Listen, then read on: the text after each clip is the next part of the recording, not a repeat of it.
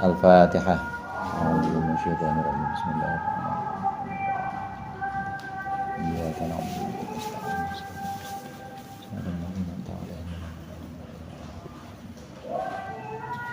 Bismillahirrahmanirrahim.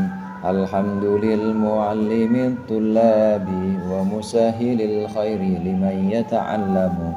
Thumma assalatu wassalamu ala nabi wa alihi wa sahbihi jayu'adhamu.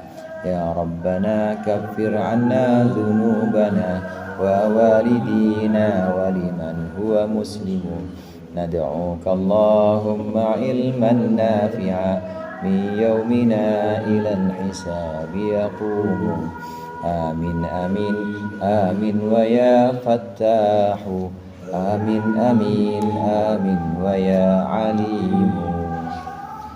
Bismillahirrahmanirrahim. Qala al-musannifu rahimahullah wa nafa'ana bihi wa bi'ulumihi fid dharain. Amin. Bayanu afatil munadharati wa ma yatawalladu minha min muhlikatil akhlaqi. Ini adalah penjelasan tentang cacat atau bahayanya munadharah, bahayanya perdebatan. Wa ma yatawalladu minha, dan sesuatu yang lahir dari perdebatan. Min muhlikatil akhlaqi, yakni perkara-perkara yang merusak akhlak. Melanjutkan pembahasan tentang munadharah atau berdebat. Berdebat itu harus memiliki 8 adab yang kemarin sudah kita bahas. 8 adab ini kalau bisa disimpulkan, perdebatan atau diskusi munadharah, istilahnya apapun istilahnya itu, maka dari niat awalnya harus mencari kebenaran. Karenanya niat ini harus dipasang dari awal, harus benar-benar yang lurus, harus untuk mencari kebenaran, bukan untuk pamer, bukan untuk menunjukkan keunggulan. Karenanya pada pembahasan berikut ini Imam Ghazali juga berpesan menunjukkan bahaya dari perdebatan. I'lam, ketahuilah, wa tahaqqaqa annal munadharatal mawdu'ata liqasdil ghalabati. Wa tahaqqaqa, dan telah nyata, terang, sudah jelas, annal munadharatal mawdu'ata, bahwasannya perdebatan yang diletakkan liqasdil ghalabati, untuk tujuan memenangkan, wal ifhami, dan tujuan bantah-bantahan, wa idharil fadli, dan menunjukkan keutamaan, wasyarafi, dan ya keutamaan, wat tasyadduqi, dan berfasih-fasih atau bersilat lidah, indan nasi, di sisi manusia, wa qasdil mubahati, dan tujuan kebanggaan, wal mumarati, dan juga pamer, wastimalati wujuhin nasi, dan kecondongan kepada pandangan manusia atau muka manusia. Jadi cari mukanya bos, cari mukanya guru, cari mukanya orang lain. Ini semua diskusi atau perdebatan yang berdasarkan ini, dia diskusi munadharah itu manba'u jami'il akhlaqi, adalah tempat keluarnya seluruh akhlak al-madmumati indallahi, yang dicela di sisi Allah, yang tercela di sisi Allah, tapi al-mahmudati, yang terpuji inda aduwillahi, di sisi musuh Allah, iblis, yaitu iblis. Wa nisbatuha ilal fawahishil batinati, dan nisbah dari munadharah yang pamer ini, nisbahnya ilal fawahishil batinati, kepada keburukan-keburukan hati, keburukan-keburukan batin, minal kibri, dari takabur, wal ujbi, dan ujub, wal hasadi, dan dengki, wal munafasati, dan munafasah atau bangga-banggaan, wa tazkiyatin nafsi, dan mensucikan diri, menganggap dirinya suci, wa hubbil jahi, dan cinta pangkat atau jabatan, wa ghairiha, dan lain-lain.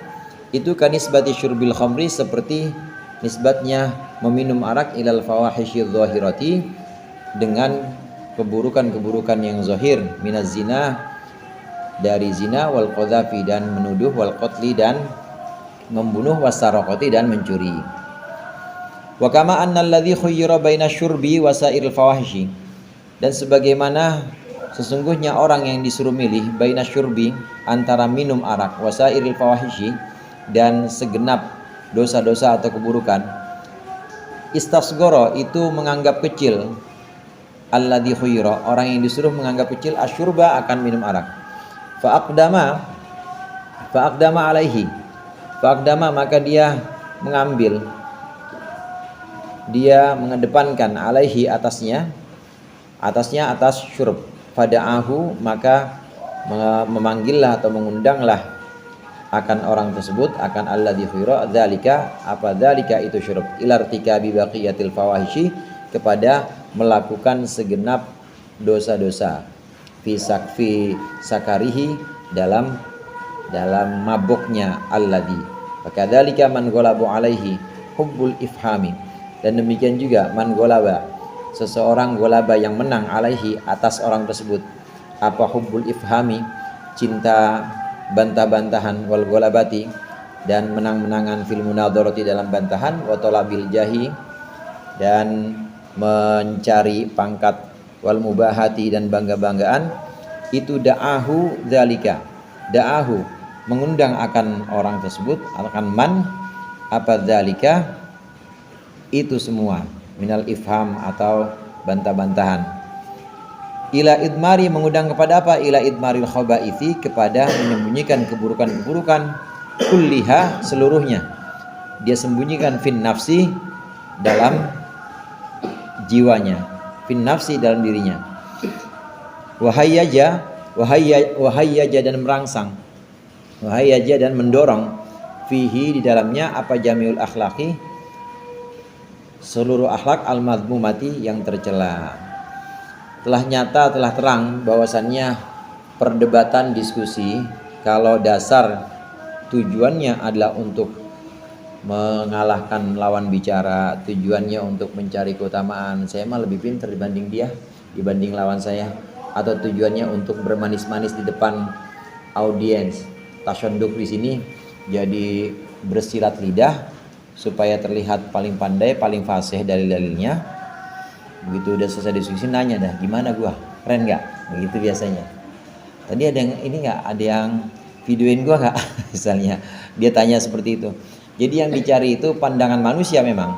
Nah, sungguh diskusi yang seperti ini, perdebatan yang seperti ini sumber dari seluruh akhlak tercela di sisi Allah, tapi sumber dari akhlak terpuji di sisi iblis. Jadi kebalikannya, kalau tercela di sisi Allah, pasti terpuji di sisi iblis. Perdebatan yang dasarnya untuk menang-menangan, untuk berfasih-fasih lidah, untuk mencari pandangan manusia, pamer, itu adalah sumber dari munculnya akhlak-akhlak buruk. Akhlak-akhlak buruk. Dan itu merupakan akhlak-akhlak yang disenangi oleh iblis, seperti ujub, takabur, dengki, dan lain sebagainya. Menganggap diri lebih suci atau lebih unggul dibanding orang lain. Nah, analogi yang diberikan oleh Imam Ghazali seperti orang yang disuruh milih antara minum khamar dengan dosa-dosa yang lain. Dulu ada nih cerita masyhur, namanya Barseso. Barseso itu seorang, ya kalau cara kita kiai dah, santrinya banyak. Dia kedatangan santri ini sholatnya rajin banget, puasanya juga rajin. Dan dia kata kalau siang dia puasa, kalau malam dia tahajud pasti tuh. Diperhatiin dari kamarnya, diperhatiin dari luar kamarnya sama gurunya ini, si Barseso. Sampai dia penasaran, gimana caranya supaya saya bisa ibadah seperti engkau. Kata si murid baru padahal ini, susah kiai. Saya mah bisa begini dulu asalnya, emang saya orang yang banyak dosanya, semua dosa udah pernah saya jalanin, makanya saya jadi seperti ini. Terus gimana saran buat saya? Nggak bisa kiai, nggak bakal bisa. Kalau mau sholat seperti saya, ibadah puasa seperti saya, ini emang kudu dosa besar dulu, dan kudu benar-benar jatuh ke jurang kemaksiatan. Nah setelah itu baru tobat, nanti kalau udah tobat bisa seperti saya. Ya udah, kalau gitu saya mau ngikutin. Ya udah, saya saran nih sama kiai, kalau kiai mau emang seperti saya, kemudian kiai bunuh orang dah. Jangan bunuh orang katanya. Jangan, repot bunuh orang urusannya. Urusannya repot sama kalau bunuh orang sama masyarakat, enggak, saya nggak mau. Yang lain ada nggak yang lain? Kalau nggak mau ini aja kayak zina aja zina.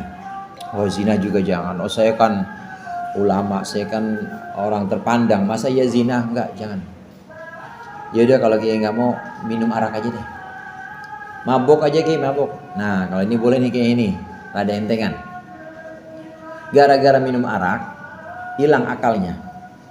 Gara-gara hilang akalnya maka dia itu pelayan, singkatnya itu pelayan yang ada di warung remang-remang itu, yang ada di tempat minum itu pelayan sama dia diperkosa. Suaminya datang saudara, marah suaminya melihat bininya diperkosa, nggak terima dia suaminya datang begitu, dibunuh sama dia ama Barseso ini. Ini gara-gara hilang akal. Apa penyebab pertamanya? Penyebab pertamanya adalah minum arak. Seolah-olah minum arak ini paling enteng di antara membunuh, di antara zina, di antara yang lain-lain, itu seolah yang paling enteng adalah minum arak. Nah, hubungan antara minum arak atau mabok, hubungan antara mabok dengan maksiat-maksiat besar seperti membunuh, zina dan lain sebagainya, itu seperti hubungan berdebat dengan penyakit-penyakit hati seperti ujub, riya, takabur. Emang kelihatannya berdebat mah bukan penyakit, berdebat mah satu diskusi yang memang kelihatannya, tampaknya itu ada manfaatnya buat agama atau buat dunia dan masyarakat. Kelihatannya begitu. Enteng berdebat ya, kalaupun ada riya ya riya sedikit-sedikit aja dah. Kalaupun ada dosa paling dosanya dosa sedikit. Kelihatannya begitu. Tapi ketahuilah akibat perdebatan, akibat berdiskusi yang tujuan awalnya pamer, tujuan awalnya menang-menangan atas lawan bicaranya, ini sebenarnya sumber dari penyakit-penyakit hati yang lain.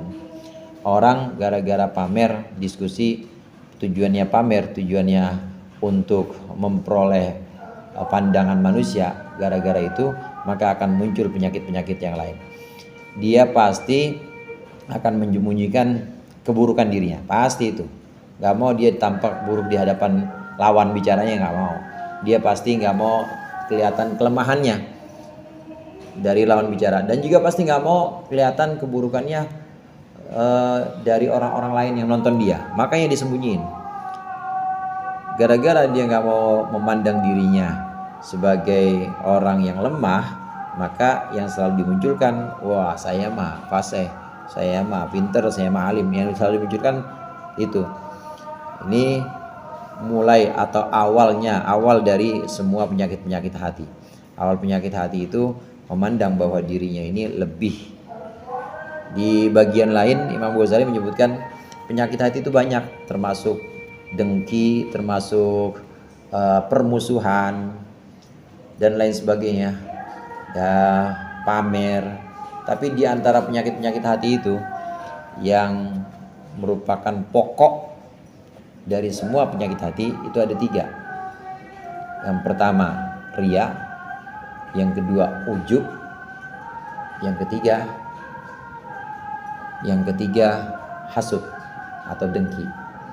Nah dari sini nih, dari 3 ini, dari riya, ujub dan hasud muncul penyakit-penyakit lain seperti takabur, kasar, suuzon, mandang orang lain rendah dan dirinya suci, tazkiyatun nafs istilahnya, menganggap dirinya suci. Ini akan muncul penyakit-penyakit lain. Yang 3 itu, yang 3 tadi sebagai pokoknya, akarnya ada di 3, ujub, riya sama hasud. Itu akarnya muncul gara-gara tadi awalnya gara-gara diskusi. Jadi seperti nisbatnya seperti minum arak atau mabok terhadap kejahatan-kejahatan jasmani. Begitu juga perdebatan itu seperti minum arak tadi yang bisa menimbulkan penyakit-penyakit lain seperti ujub, dengki, riya, dan nanti akan muncul permusuhan, akan memunculkan juga suuzon, akan memunculkan juga macam-macam penyakit hati. Wa hadhil akhlaqu satati adillatu madammatiha minal akhbari wal ayati. Dan akhlak-akhlak ini, akhlak yang buruk ini Satati adillatu madammatiha, akan datang apa adillatu madammatiha, bukti-bukti keburukan atau tercelaknya hadil akhlak minal akhbari, dari hadis-hadis wal ayati, dan ayat-ayat fi rubu'il muhlikati, dalam seperempat perkara yang merusak agama. Walakinna nusyirul an, tetapi kami akan menunjukkan al-ana sekarang, ila majami'i ma, kepada kumpulan perkara atau penjelasan tuhayijuhu yang mendorong akannya apa al-munadharatu, perdebatan. Pembahasan secara rinci tentang penyakit-penyakit hati. Pembahasan secara rinci tentang ujub, takabur, itu nanti ada di bagian kitab kami, kata Imam Ghazali. Ada di bagian kitab Rubul Muhlikat. Ihya ini ada 4 bagian. Bagian yang pertama Rubul Ibadat. Rubul Ibadat ya isinya tentang ibadah, mulai dari toharoh, sholat, dan segenap ibadah. Haji itu termasuk Rubul Ibadat. Kemudian Rubul Adat. Rubul Adat ini seperempat bagian Ihya atau pembahasan Ihya. Yang seperempat yang kedua ini membahas tentang adat. Adat itu kebiasaan, seperti adab-adab, bagaimana adab istri kepada suaminya, suami kepada istrinya, adab anak kepada orang tua, kewajiban orang tua kepada anak. Ini maksudnya Rubul Adat. Nah, kemudian ada Rubul Munjiat. Rubul Munjiat ini bagian yang menjelaskan tentang akhlak-akhlak terpuji yang bisa menyelamatkan kita. Ikhlas, ridho, tawakal. Jadi semuanya pembahasan-pembahasan akhlak baik, akhlak hati yang kita sebut sebagai perhiasan hati, yang mana seseorang dianjurkan untuk tahalli, berhias dengan ini. Nah, kemudian bagian yang terakhir Rubul Muhlikat. Rubul Muhlikat itu seperempat pembahasan Ihya yang membahas tentang penyakit-penyakit hati seperti riya. Nah, ini penjelasan rinci, kata Imam Ghazali, penjelasan secara detail tentang penyakit-penyakit hati ini nanti ada di bagian keempat dari kitab Ihya ini, Rubul Muhlikat namanya. Namun di sini kami akan menunjukkan kepada sebab-sebab atau penyakit-penyakit yang disebabkan oleh perdebatan. Kami akan menunjukkan beberapa penyakit-penyakit hati yang disebabkan oleh perdebatan. Disebutkan secara singkat di sini. Karena ini masih hubungannya masih dengan munadharah atau perdebatan. Nah, diantaranya faminha al-hasadu. Diantaranya itu hasad. Waqad qala Rasulullah sallallahu alaihi wasallam al-hasadu yaqul hasanati kama taqulun narul hatab wallahu a'lam bissawab.